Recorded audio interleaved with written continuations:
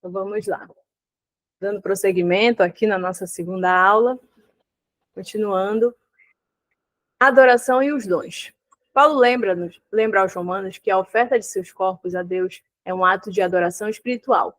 Se, contudo, esses mesmos corpos estiverem sujeitos ao cabeça para sentir, profetizar, ensinar, exortar, contribuir, presidir e exercer misericórdia. Está lá em Romanos 1:8. Era uma ocasião apropriada para o treinamento, catartismo, Efésios 4:12, dos santos para servir a Deus dentro e fora das reuniões. Os dons de apóstolo, profeta, evangelista, pastor e mestre operam e fecundam no centro do culto para encorajar o bom ajustamento, com auxílio de toda a junta e cooperação de cada parte, o que efetua o seu próprio aumento para a edificação de si mesmo em amor. Então, agora nós vamos ver os dons. Continuando. O cântico no Novo Testamento. Surpreendentemente, acho que esse aqui está repetido. Acho que eu apertei errado. É agora. Esse ficou ao contrário, só passar. Então vamos lá, profecia. O membro que Deus dotou com carisma de profecia deve exercê-lo segundo a proporção da fé, ou em correspondência com a fé. Paulo não esperava que cada igreja tivesse somente um profeta, mas que esse dom fosse exercido por muitos. Ele escreveu para os coríntios: procurai com zelo os dons espirituais, mas principalmente que profetizeis. 1 Coríntios 4:1. Por intermédio do exercício, o profeta edifica, exorta e consola, no versículo 3. Comunica a vontade do Senhor de acordo com toda a verdade bíblica. Encoraja o irmão a cumprir a sua missão dentro e fora da igreja, para que assim Deus seja glorificado. 1 Pedro 4:11. Então, esse foi a profecia. Ministério, diaconia, serviço, em Romanos 12:7, 1 Pedro 4:11. É também um carisma, um dom de Deus. Todo e qualquer trabalho sacrificial oferecido a Deus por intermédio do auxílio a irmãos da igreja é uma forma de adorar. Do mesmo modo que a perseguição da igreja atinge o cabeça, Jesus Cristo, Atos 9:4. Aí você pode pensar assim, Jesus, o quê? Jesus perseguido? Esse texto de Atos 9 é quando o Senhor fala com Paulo. Paulo, por que me persegues? Ou seja, Paulo estava perseguindo o cabeça da igreja. Então, é aí que ele tem o seu encontro com o Senhor. O serviço oferecido aos santos, igualmente, afeta o Senhor. Se alguém serve, diaconei, faça-o na força que Deus supre, para que em todas as coisas seja Deus glorificado por meio de Jesus Cristo. 1 Pedro. Qualquer serviço que beneficie a igreja ou um membro encontra sua motivação no Espírito, que realiza todas essas coisas. Então, o ministério, como a gente leu, diaconia, ele também é muito importante no meio da igreja, os serviços. Hoje nós temos também ministério de louvor, ministério trazendo, para o nosso contexto, louvor, o diaconato, e também, como a gente vê, o serviço. Então, todos exercem também, juntamente na rede de criança, ministério infantil. Claro que alguns termos, como a gente pode ver hoje, que é algo bem atual, é a questão das mídias. Hoje, o pessoal que trabalha com a fotografia, que gere a rede social da igreja, eles também estão exercendo um serviço, que é através das redes sociais comunicar a Cristo. Os líderes, dômata, presente, dons, que o Senhor exaltado dá para a sua igreja, tem a responsabilidade de treinar e equipar os membros para o pleno desempenho do seu serviço, diaconia. Todo tipo de serviço, dentro e fora da igreja, está em vista. Paulo, sendo apóstolo, era também servo do evangelho, servo de Deus e servo da igreja, como a gente pode ver. Também eram servos, diaconoi, os colaboradores de Paulo. Está lá em Efésios 4:6-21. O uso do dom estimula outros irmãos a descobrir e a desenvolver os seus carismas, sendo todo serviço também um meio de cultuar. Tanto Paulo como Pedro colocaram diaconia entre os seus dons. Seu exercício glorifica a Deus e encaixa-se na ampla visão bíblica de adoração. Então, quando nós exercemos os nossos dons, o dom que Deus nos dá, nós também encorajamos os outros irmãos. Aí você pode pensar, eu estou aqui na escola de missões, mas eu não sei assim bem, o que eu faço assim para servir na igreja. Então, quando a gente é do Ministério de Louvor, aí você pensa, acho que eu sei cantar. Aí, eu vou tentar ir no Ministério de Louvor, né? Normalmente isso acontece mais quando a pessoa é nova convertida. Ela chega na igreja, ela quer se incluir, mas não sabe. Algumas igrejas adotam a estratégia do coral, né? Então, você pode começar pelo coral até a gente ir vendo o que você mais tem habilidade. E aí vai pelo louvor, vai servir para receber as pessoas. E aí a gente vai trabalhando até você se encontrar no corpo de Cristo. Ensino, didascalha. Na grande comissão, Jesus ordenou aos discípulos que ensinasse a guardar todas as coisas que vos tenho ordenado, Mateus 28, 20. Incumbidos de ir fazer discípulos, em consequência da atribuição de toda a autoridade no céu e na terra, às mãos de Jesus, os apóstolos teriam de formar escolas de Deus. Os novatos recém-matriculados, através do compromisso batismal, deveriam receber orientação da parte da primeira geração de discípulos acerca da vida submissa a Deus. Porém, o mais significativo era a concessão do Espírito, o mestre incomparável da igreja, que diz lá em João 16, 13.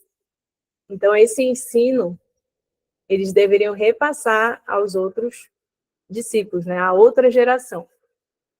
Mas aqui o que ele quer destacar, o que a gente vai destacar, é o papel do Espírito Santo como instrutor, como direcionador da igreja. Ele que, após a subida de Jesus, ele falou, deixarei convosco o Consolador. Ele vos ensinará a guardar todos os mandamentos que eu vos tenho ordenado. Então, esse é o papel do Espírito Santo, testificar Jesus a nós. Então, esse é o papel dele, de nos encorajar, de nos ensinar, de nos orientar. Continuando, a inauguração da antiga aliança foi marcada pela obrigação oferecida por Deus e voluntariamente aceita pelo povo escolhido. Moisés transmitiu ao povo todas as palavras do Senhor. Está lá em Êxodo 24, 3. Erigiu um altar ao pé do Monte Sinai, ofereceu sacrifícios, leu o livro da aliança ao povo e declarou, tudo o que falou o Senhor faremos e obedeceremos. Então o Senhor, ele deu tudo aquilo que ele queria. Olha, vocês têm que fazer isso, isso, isso. Moisés, ele transmitiu ao povo, ou seja, ele ensinou a forma que o Senhor queria e deveria ser adorado. Ele construiu um altar, ele ofereceu o holocausto, tudo aquilo que o Senhor tinha transmitido. E o povo, de bom grado, aceitou. E disse, tudo que falou o Senhor faremos e obedeceremos, como está lá em Êxodo 24, 7. A despeito de promessas e ameaças divinas, Deuteronômio 28, 30, seguidas pelo apelo dos profetas, Israel desprezou essa aliança. Então, Israel,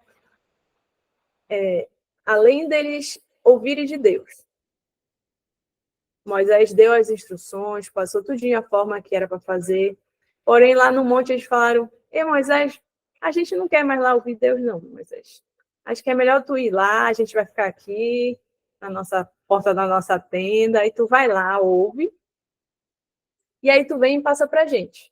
Moisés, ele era esse mediador, né? Porém, o povo, ele não queria. Um povo de dura serviço, que eles não queriam, e acabaram se envolvendo com os outros povos, se misturando, enfim. E cada vez que Israel, o povo de Deus, não seguia a instrução, eles pereciam, eles sofriam, mas o Senhor sempre estendia a mão a esse povo. E ele também sempre estende a mão a nós. Apesar de Deus ter responsabilidades, os pais, quanto à obrigação de manter a palavra de Deus no coração e inculcar estas palavras que eu te ordeno, como está lá em Deuteronômio 6,6, aos filhos de geração em geração, o relato bíblico do século subsequente põe em alto relevo as falhas da nação. Então, como eu acabei de falar, era o dever dos pais, e do pai, principalmente, inculcar na criança a palavra, inculcar os ensinamentos ao deitar, ao levantar, ao sair. Porém, como a gente vê em Juízes também, que o povo, eles não deram prosseguimento. E quando não há esse ensino, não há essa perseverança em cumprir a palavra, a gente vai perecer. Assim, até estava vendo esses dias a questão do ensino dos filhos, né? A perseverança de você ensinar, de todo dia corrigir. Assim como Deus, todo dia Ele está nos corrigindo, Ele está nos orientando. Às vezes a gente não quer e a gente fica nessa peleja aí, não quer, mas Deus está lá ensinando. E essa é a nossa perseverança. Assim como nós, como cristãos, todo dia a gente tem que se arrepender, a gente tem que confessar nossos pecados, a gente tem que ir aos pés da cruz, entregar no altar do Senhor. E a cada dia, essa disciplina de todo dia nos lavarmos as nossas vestes, nos limparmos, nos purificarmos, porque senão, rapidamente, assim como o povo, a gente vai cair e não é a alegria do Senhor que a gente faça isso. Exortação, paracleses. Paulo, com muita razão, acrescenta a lista dos dons à exortação. Romanos 12:8. O nome que Jesus deu ao Espírito Santo foi Paráclitos, que significa exortador, consolador, encorajador. Ao mesmo tempo, João emprega este mesmo título referindo-se ao Senhor glorificado, o nosso advogado junto ao Pai. O dom que o Pai concedeu à igreja foi o seu Espírito. Assim, somos impelidos na direção de reconhecer o exercício deste dom, cada vez que um irmão da igreja consegue apelar para o seu colega emaranhado em tentações, tirando-o do lamaçal para recolocá-lo nos passos de Cristo. Está lá em Tiago 5:20. Então, assim, nós também devemos exortar os nossos irmãos, mas exortar, como diz a palavra, em amor. Às vezes a pessoa está querendo tomar uma decisão errada e você chega, conversa. Por isso o relacionamento de nós estarmos, não apenas sermos frequentadores de igreja, mas de nós estarmos ombreando um com os outros e orientando. Ô, irmão, você não está vindo muito ao culto, o que está acontecendo? Não, é que eu estou assim com os outros planos. E você vai lá, olha, irmão, mas a gente deve se lembrar, né? Que a gente estava no mundo e hoje a gente já serve a Deus, então a gente não pode servir ao Senhor de qualquer forma. Vamos voltar. E é isso que Tiago ele vai nos orientar, de nós encorajarmos os nossos irmãos e nós exortarmos também com amor. Contribuição. Hoje essa questão da contribuição, alguns já ficou algo muito pejorativo, assim, para nós que somos da igreja. Não que nós façamos dessa forma, porque a gente deve ter, à luz da Bíblia, como a gente vai ler, esse entendimento, que é um dom de Deus, a gente contribuir. Então, com raras exceções, pensamos acerca das contribuições para o orçamento da igreja como uma obrigação e não como um dom. Então, Deus está dizimando, Deus está contribuindo, ofertando, ajudando, abençoando as missões, sustentando os missionários, enfim. Mas o nosso texto atribui a prática de compartilhar, metadinômio, a qualidade de um carisma. Então, essa questão de compartilhar é a questão da contribuição. Isso significa que quem exerce o dom da contribuição não age puramente impulsionado pela vontade humana. Há outro fator dinamizador, o Espírito Santo atuando como sujeito. Então, você vai pensar, mas os espíritas, eles também doam. Né? A gente vai pensar, eles também sempre estão ajudando, e também eles acham que nem só por contribuir eles vão conseguir ir ao céu. Mas aqui a gente quer salientar que isso é um dom que a igreja tem. Então, a igreja ela tem durante o culto, quando a gente está vendo essa adoração bíblica, na liturgia, é uma parte muito importante, que é de contribuir, que é de ofertar. Só que aqui, a gente vê que não é algo nosso, e sim é o próprio Espírito Santo que vai nos imbuir nessa missão. Então, Paulo, ele diz que, quando ele estava planejando a sua ida a Roma, ele menciona um desejo ardente de ver os irmãos, a fim de repartir, metadinome, algum dom, carisma espiritual, para que sejais confirmados. Romanos 1:11.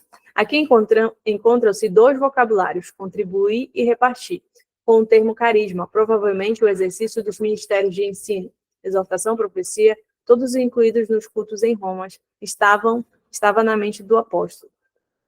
Necessidades materiais surgem de vez em quando, como vemos em Atos 11:28.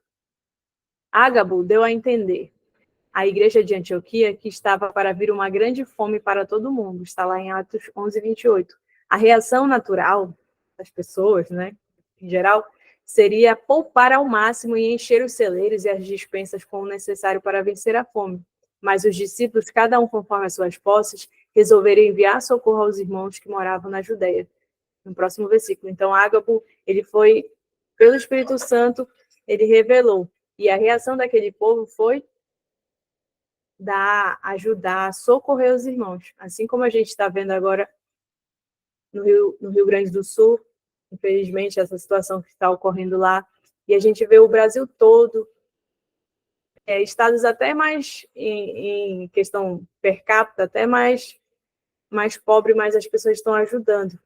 Porque assim como Ágabo, ele foi, pelo Espírito Santo, ele falou que viria uma grande fome, mas ainda assim o Espírito Santo tocou no coração dos discípulos e eles ajudaram.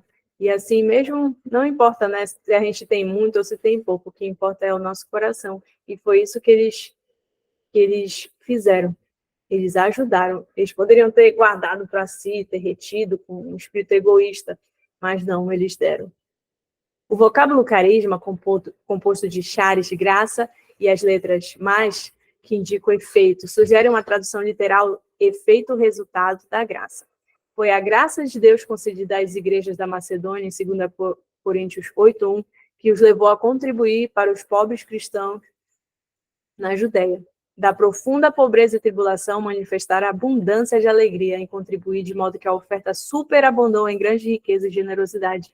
Então, o povo, esses irmãos da Macedônia, eles não tinham muitos recursos, mas ainda assim, eles, com alegria, que é a graça de Deus, como um efeito resultado da graça, eles doaram.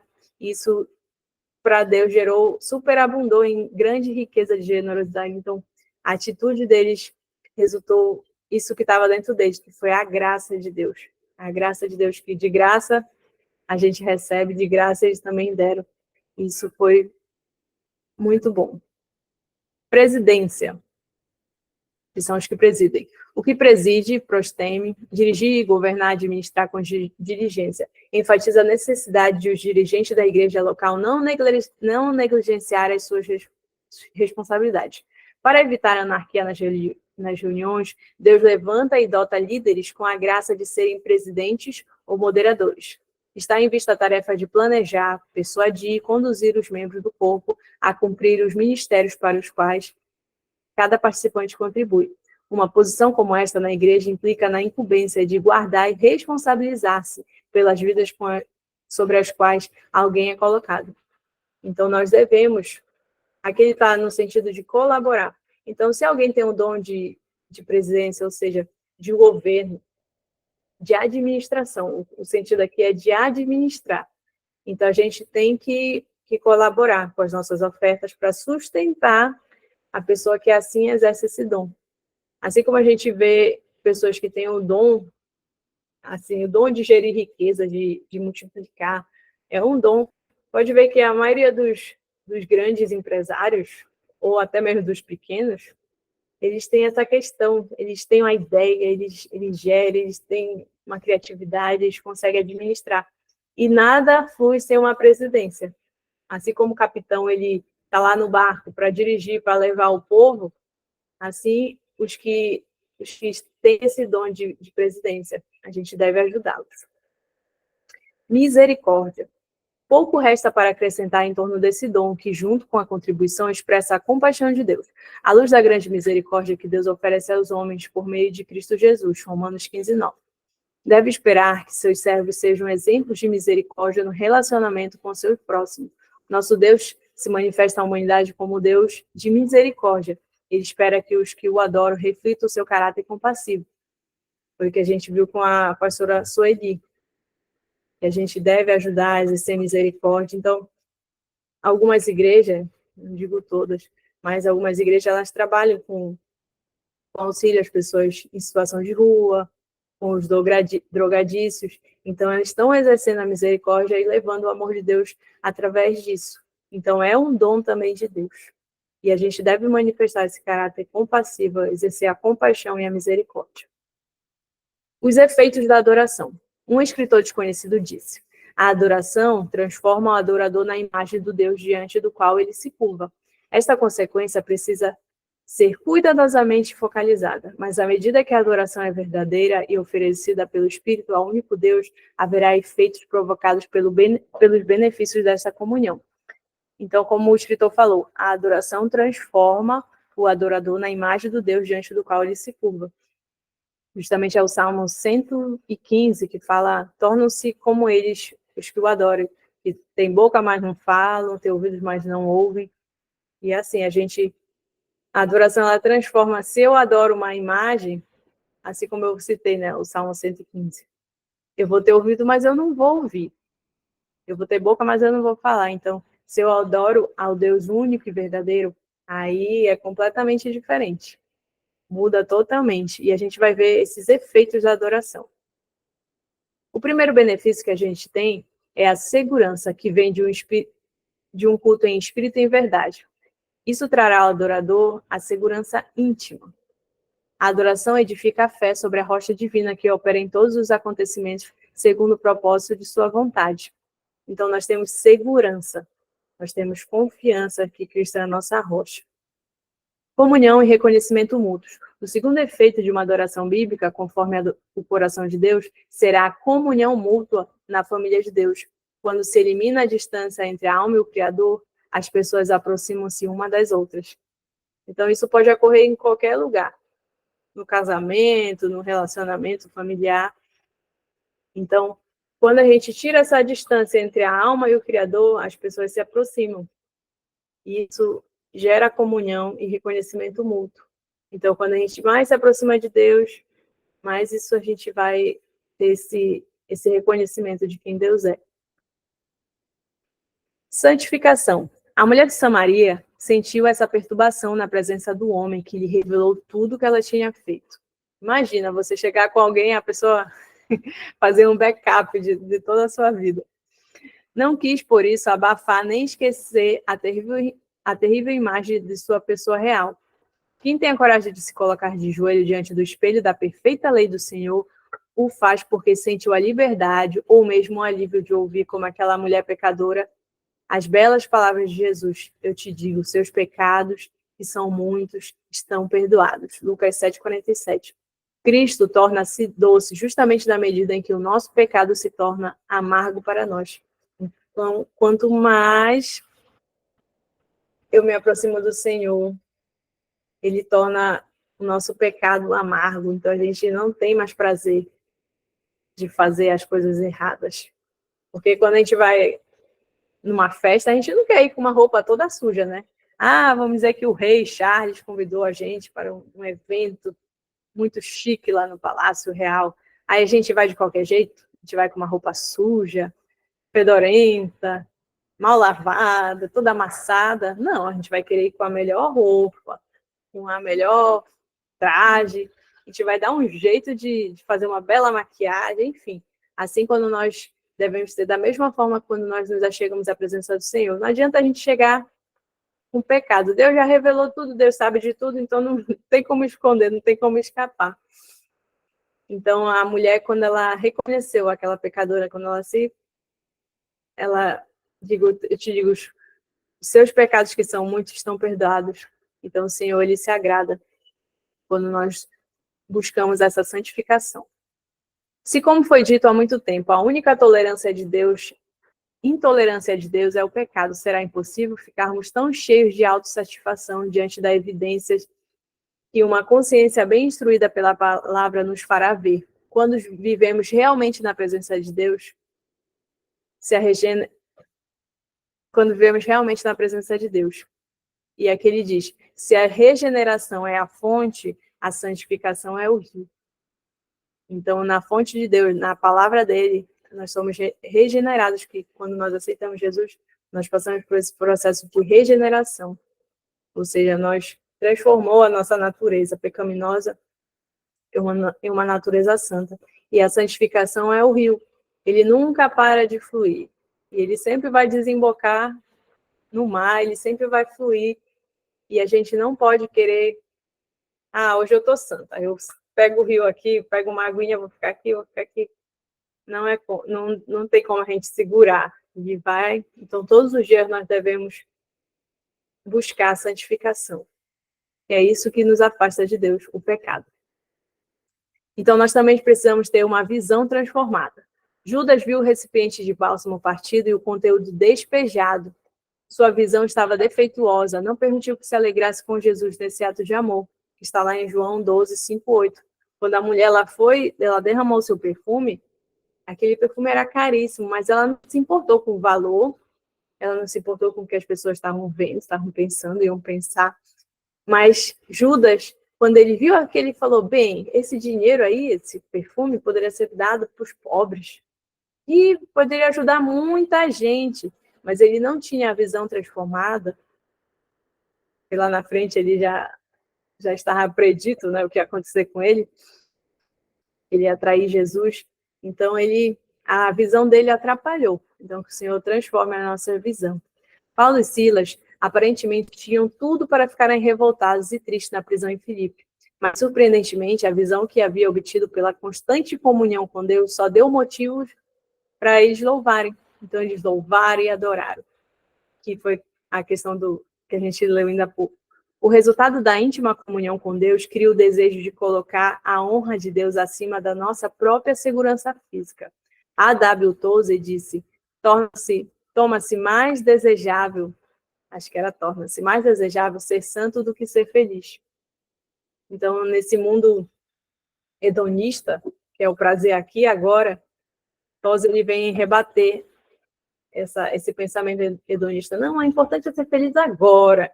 É agora que eu quero ser feliz, eu quero aproveitar minha vida, eu quero, enfim, fazer tudo.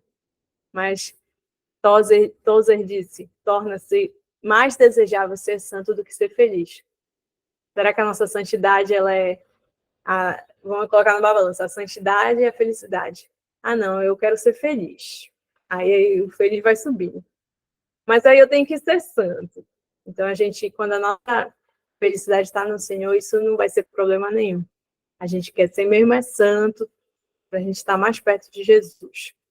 Evangelização. O quarto efeito de um culto digno do Senhor será o desejo crescente do adorador de ser testemunha de Jesus e arauto das boas novas acerca dele.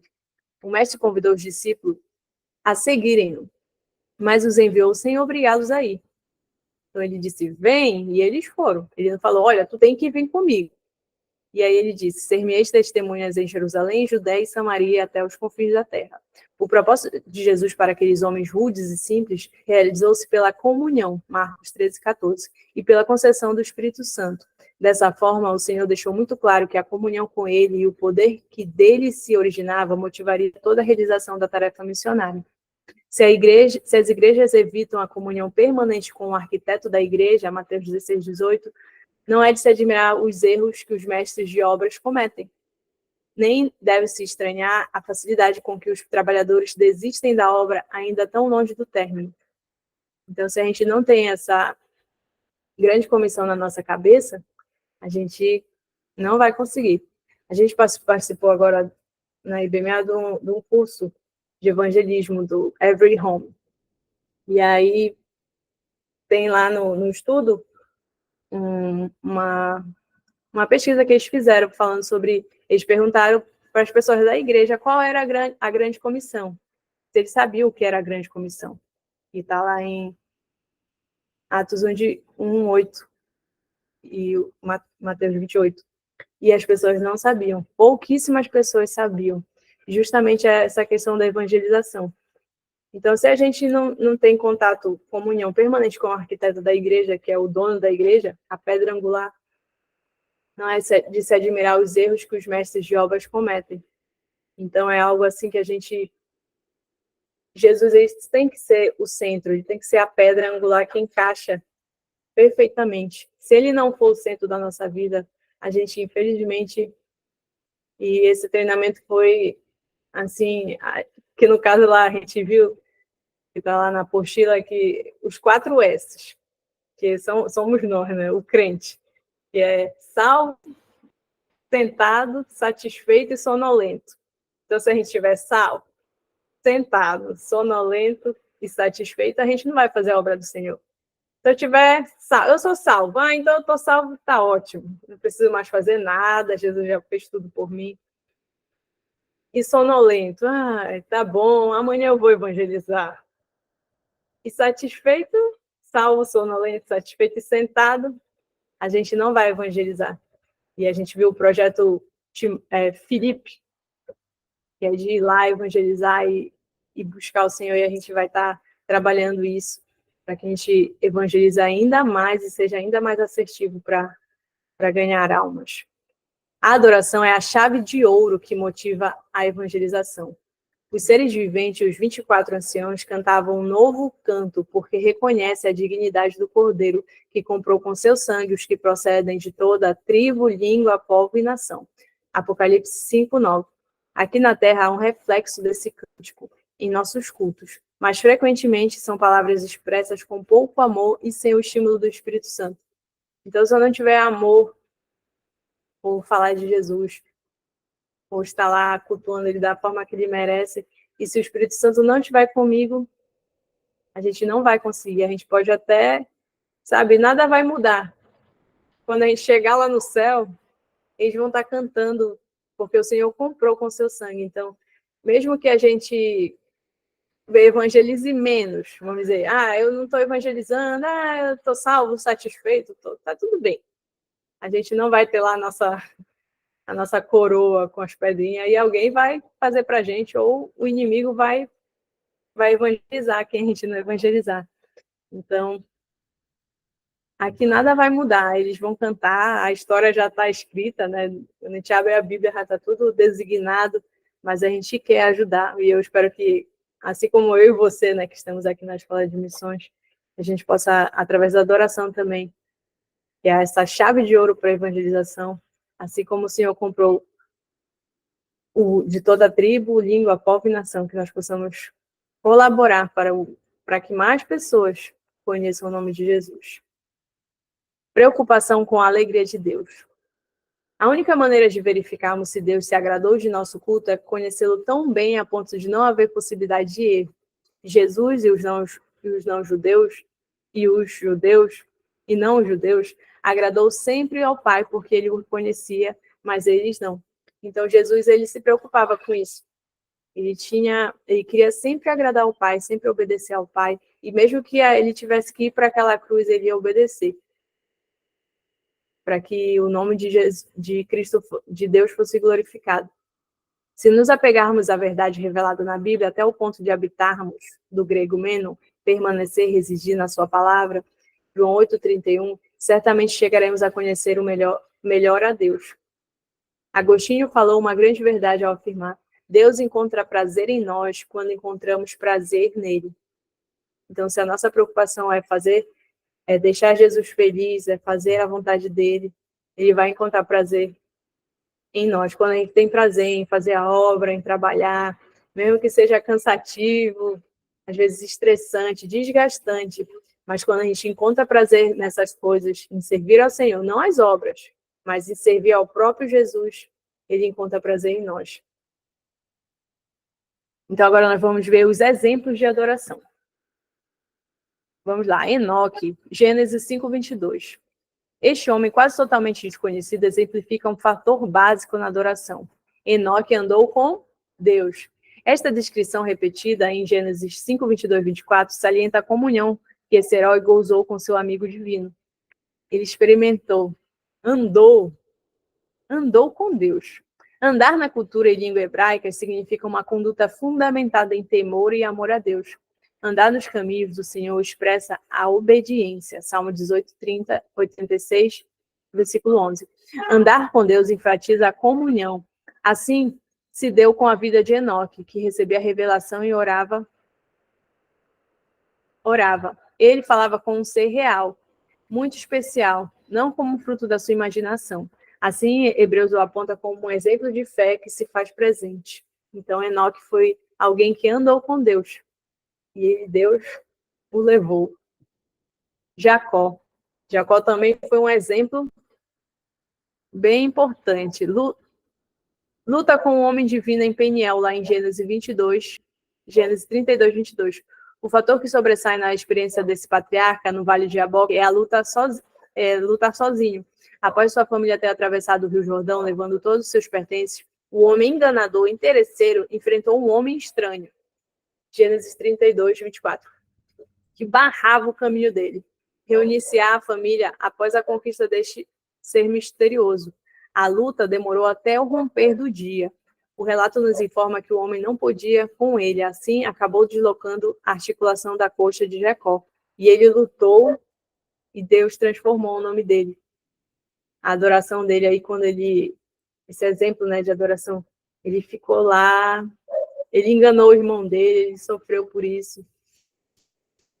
E ele teve um encontro com um anjo, e ele lutou, mas ele saiu vencedor e Deus mudou o nome dele. Será que o Senhor não quer mudar o nosso nome? Ai, vamos lá. Então, nós vamos ver agora os obstáculos à adoração. Aquilo que nos separa dessa adoração. Então, as atitudes que nos separam são uma atitude incoerente com a adoração em espírito e em verdade. Então, qualquer atitude de ressentimento, vingança ou cobrança de dívida moral do passado impede uma adoração real. Assim, tentou fazer o servo que foi perdoado de uma dívida absurda de 10.000 talentos, 300.000 quilos de prata, mas não perdoou seu conservo que lhe devia 100 denários apenas, uma soma irrisória se comparada à sua própria dívida. O credor original indignou-se e o entregou aos verdugos, ilustrando a reação divina diante de qualquer filho que se recuse a perdoar o seu irmão. Então, ele não perdoou a dívida dele era muito alta. E aí, esse credor, ele, não, tá bom, vou te perdoar. E aí, ele viu lá o cara que devia a ele, falou, vou te pegar, e mandou ele para a prisão. E aí, o credor ficou muito indignado, porque ele não quis perdoar o seu irmão também. Um exemplo desse é Caim. A atitude que Caim ofereceu não era boa, porque tinha inveja do irmão dele. Ele tirou, né, contra o irmão. Ele dizia, acaso eu sou guarda do meu irmão? Então, essa atitude não condiz. E mais do que isso, Deus, ele aceitou a oferta de Abel, mas ele não aceitou a oferta de Caim, mas não aceitou o coração de Caim, porque a atitude dele não condizia com essa adoração em espírito e em verdade. As exterioridades e o tradicionalismo. A tradição dos anciãos induziu os religiosos contemporâneos de Jesus a não comerem sem lavar cuidadosamente as mãos, juntamente com as outras aspersões e lavagens destinadas a retirar a contaminação religiosa. Deus ordenou que o seu povo evitasse contaminação. Porém, eles já estavam em excesso, sabe? Aquela tradição.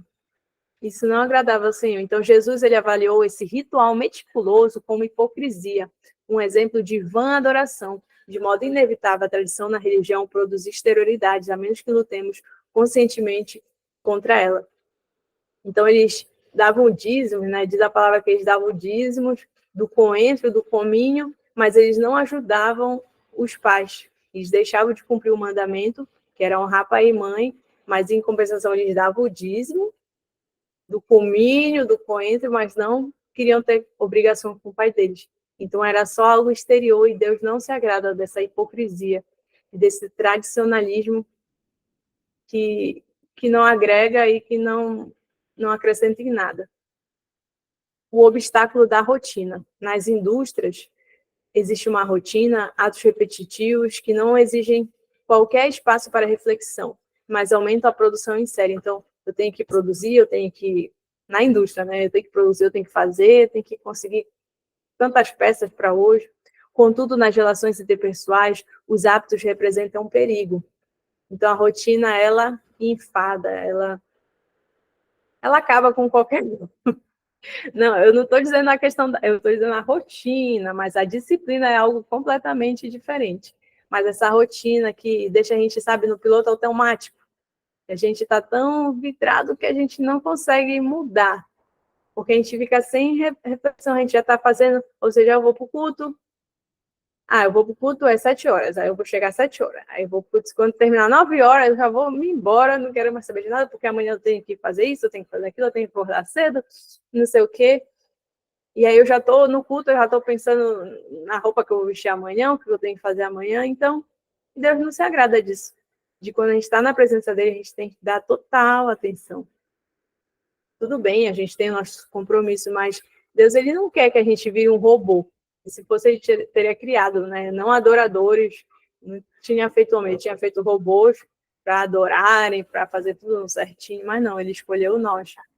A descrição da igreja de Sardes, no Apocalipse, destaca o problema da rotina. Após 40 anos após o início dessa igreja, Jesus fala: conheço as tuas obras, que têm nome, vives e estás mortas. Apocalipse 3:1. E outra expressão descreveria melhor o estado das igrejas do século XXI. Conheço as tuas obras, que têm nome, né? Tá tudo bonitinho, mas está morta. Deus oferece a todo aquele que sinceramente o busca o privilégio de reconhecê-lo e receber sua comunhão. Ainda que o homem carnal fique contente com o ato de culto, porque não deseja uma comunhão real com Deus, o homem espiritual sente-se traído e enganado, pois este sabe que adorar não é uma parte da vida, mas é a própria vida. Então, de nada adianta a pessoa que vai uma vez, todo domingo, mas não quer ter um relacionamento, ela só quer ter uma religiosidade, uma rotina de, vamos dizer, ir ao culto, ir à missa, fazer meus cumprimentos, servir, ir lá, ter a comunhão, tchau, tchau, tchau, mas chegou dali, tchau, não quero mais saber. E aqui, nesse assunto, adoração, a gente vê que a gente está falando muito mais da nossa vida, do que a gente faz, do que a gente deixa de fazer, do que propriamente de adoração, como alguns pensam, né? Que seja só a música, os louvores, mas não. Tudo, toda a nossa vida importa. Então, adorar não é só uma parte de mim, né? Eu, como ministra de louvor, não é só uma parte da Johanna, mas tem que ser a minha própria vida. Nada adianta eu estar cantando uma coisa que se eu não vivo. Já está falando algo e não é. Então, a gente tem que perceber e pensar e tá isso na nossa cabeça, que adorar não é uma parte da vida, mas é a própria vida. O outro obstáculo é o mundanismo. O espírito mundano também é uma barreira espessa, capaz de impedir a verdadeira adoração. No sentido mais abrangente, quer dizer tudo que compõe a vida independente de Deus. Podem ser os prazeres, pessoas, coisas, lugares, planos, desejos e pensamentos. Trata-se daquele mundo que Deus nos proíbe de amar, porque seria um amor incomparável ao amor do Pai. 1 João 2,15. Tudo que há no mundo, a concupiscência, isto é, o desejo forte da carne e a concupiscência dos olhos e a soberba da vida não procedem do Pai, mas procedem do maligno, do mundo, ou, em outras versões, do maligno. Torna-se claro que o mundo estimula o desejo de possuir, dominar e impressionar. Segundo Margerid, o único desastre absoluto é sentir-se em casa neste mundo. Eu estou tão bem aqui neste mundo. É um desastre você achar que o mundo é a sua casa. Jesus nos lembra, na sua oração sacerdotal, que os discípulos estão no mundo, mas eles não são do mundo. João 17, 11, 14. A tragédia que abalou a igreja de Jerusalém quando Ananias e Safira pereceram foi provocada pelo mundanismo que estava se infiltrando no culto ao Deus único. O casal pensava que cultuar os dois deuses, o Senhor e o Mamon, era perfeitamente viável, ou seja, eles não deram a sua oferta, eles quiseram reter. Eles venderam, né, e venderam uma propriedade, mas eles não quiseram depositar aos pés do apóstolo, como os outros faziam. E aí eles guardaram para si, ou seja, queriam servir a dois deuses, o Senhor e a Mamon, mas Deus não aceita essa divisão, esse dualismo. Demas, o antigo companheiro e colaborador do ministério de Paulo, desviou-se por causa do amor a este mundo, está lá em 2 Timóteo 4,10.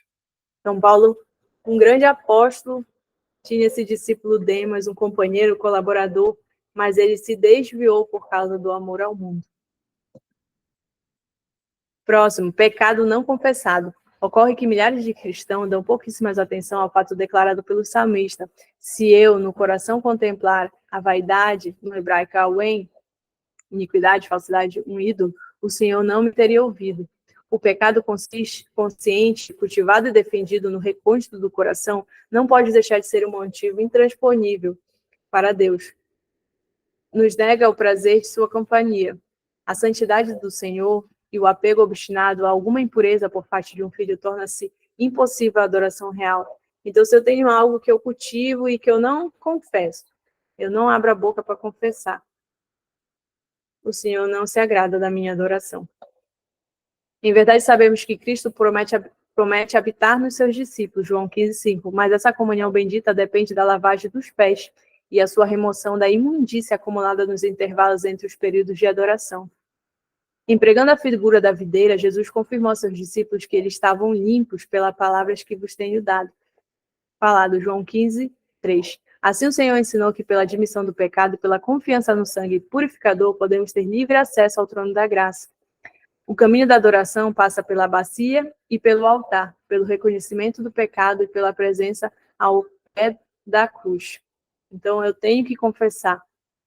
Quando a pessoa chegava, como a gente viu lá no tabernáculo de Moisés, ela tinha um altar, primeiramente, uma bacia de bronze. O altar que era para oferecer o sacrifício e a bacia onde ele ia se lavar. E feita de bronze, quando a pessoa ia se lavar, ela se via. Ela refletia a imagem dela como no espelho. E embaixo da bacia também tinha um lugar para você lavar o pé. Então, se a gente não se lavar, não se purificar do pecado, a gente não consegue. Outro impedimento, o desinteresse e a ingratidão. Os cristãos pagam a conta com a moeda do desinteresse, pelos valores eternos. Na balança da vida, colocamos um prato às preocupações, interesses, atrações, enfim, tudo que preocupa o pensamento. No outro prato, colocamos os elementos básicos que compõem a adoração: louvor, comunhão com Deus, gratidão e busca no reino de Deus na adoração, na oração. Tal como o rico insensato na história contada por Jesus, que arrazoava consigo mesmo, dizendo: que farei, pois não tenho onde recolher meus frutos. Lucas 12:17. O homem moderno não tem onde estocar a abundância dos seus interesses e preocupações terrenas. O tempo e o espaço da mente não servem para entesourar riquezas duradouras. O homem que entesoura para si mesmo não é rico para com Deus. Lucas 12:21. Ele se desqualifica para adorar. Então, se o meu interesse estiver mais nas coisas do mundo, nessas riquezas que são passageiras, e eu não estiver com a minha mente interessada nos tesouros eternos, que a gente vai semeando, a gente faz, Deus não se agrada disso. Próximo, a preguiça e a negligência. Aprende-se a negligência da mesma forma como se contagia com o zelo. Então Wesley disse: pegue fogo para Deus, e os homens virão por ver te queimar. Então, se a gente zelar pela busca ao Senhor, a gente vai ver mais gente vindo até a gente, não para querer o que a gente tem, mas ver aquilo que Deus tem feito nas nossas vidas. Paulo ordenou aos líderes da Tessalônica que comparassem os fracos, 1 Tessalonicenses 5:14. Há um motivo sério para se agir assim, para que os fracos não venham sugar a energia da igreja toda, como um vampiro suga o sangue da sua vítima. Então, essa preguiça, a negligência, Paulo ordenou aos líderes que amparassem os fracos. Fosse lá, olha, senão eles iam tirar toda a força da galera. João Calvino dizia que o coração humano é uma fábrica perene de ídolos. A negligência da adoração deve ser encarada como um sintoma da idolatria do coração. Quase sempre a diminuição da fome pela comunhão com Deus tem alguma explicação razoável. Então, se eu não tenho prazer, eu tenho preguiça, eu sou negligente em praticar as disciplinas espirituais, é porque tem alguma coisa que está roubando meu coração, e não é Deus. Então, como João Calvino dizia, né, que já faleceu, o coração humano é uma fábrica perene de ídolos.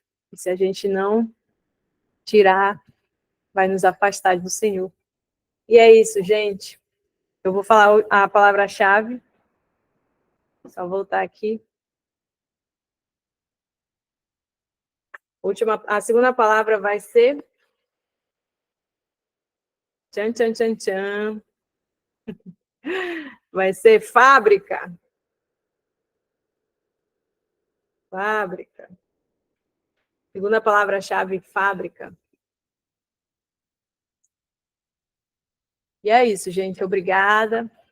Muito obrigada a todos. E até a próxima semana.